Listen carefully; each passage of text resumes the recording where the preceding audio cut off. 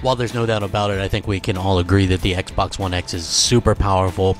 There's still this contingent of people that think that it's somehow held back by the CPU, which isn't exactly the case. I mean, everybody wants to say that it's basically the same thing that's in the PS4 Pro.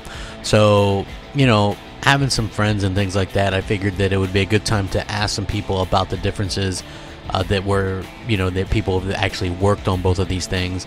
And pretty surprising answers, to be honest with you, because like I said the other day, it's not all about like the hertz and stuff like that. People see that technically from a hertz standpoint it might be only a little bit better, but it's actually much more involved than that, and it's really kind of a game changer, and we're starting to see that more and more with the Xbox One X.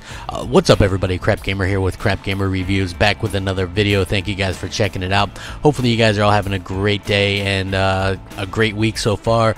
If you haven't checked out Xbox Nation from last night, please do so. It was a fantastic show. We actually covered some of the faults that Microsoft has done and what we need from Microsoft next year, what we'd like to see. So if you guys are interested in checking that out, please do so and share it and all that kind of good stuff, because that's super important, man. The channel really depends on you guys to kind of kick it out and stuff like that. So it would mean a lot to me if you did that. So anyway, onto the CPU, so I asked around and I was talking to people, and they explained it to me in a very unique way that it was easy to understand and kind of easy to pass on that understanding to you guys, which is to say that, oh, well, it's simply just a Jaguar core. That's not exactly the truth. It's got Jaguar components in there because it's an Xbox One, and it has to be able to play the games that are on the Xbox One because it is an Xbox One. So they couldn't go all out with something like a Ryzen or whatever. But at the same time, there's a lot of customization in there. Think Millennium Falcon type customizations, that Microsoft had done. So it's not as cut and dry as you might think. And we're starting to see this, and I was told that we're going to see this a lot more, where we get a performance option on games that you wouldn't think would be performance options, right? Up to 60 frames per second. The Witcher 3 being one of them, right? Because we were told that no way can the Xbox One X do open world games at 60 frames per second, and yet here we are, and we also have other games that are allowing you to do the same thing, such as Rise of the Tomb Raider.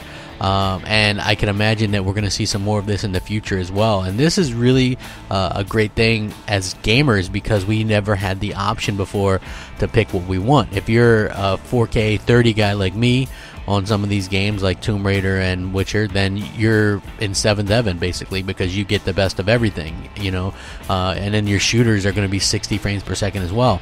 I'm not real hung up on the 60 for a game like The Witcher 3. I think it looks better at 4K 30, but for you it might be different, and that's the great thing about options, and that's what Microsoft has really come through for us with. And at the end of the day, that's the most important thing, is what we get in terms of options as gamers, and it's up to us to take advantage of these options. Like for me, like I said, 60 frames per second on racers or shooters is what I would prefer. And for a game like a open world game, or a third-person adventure game like, say, Rise of the Tomb Raider or Assassin's Creed, Shadow of War, I'm more than fine with the 4K 30. I think it's really, really good, and I think there's a lot of people that think like me as well. So, but it's good to have that option there, and they're not making it very difficult. Right in the settings, you just go in there, you can switch which mode you want, and boom, you're good to go. And I think that that's the very important part, is that we always have the choice, and that developers now know that we want the choice to pick between the two. We're going to see a lot more of this. So you imagine like a Red Dead Redemption 2 giving us a choice of 4K 30 or something like a 1080p 60. Like, which would you play it at? This is a real game changer, that you can get a lot more out of that CPU, according to developers, than people originally thought or think. So that is fantastic news as far as I'm concerned. I would love to hear your guys' thoughts and opinions on it. Let me know. Sound off, rate, comment, subscribe. Thank you guys very much for rocking out with me. Crapgamer out.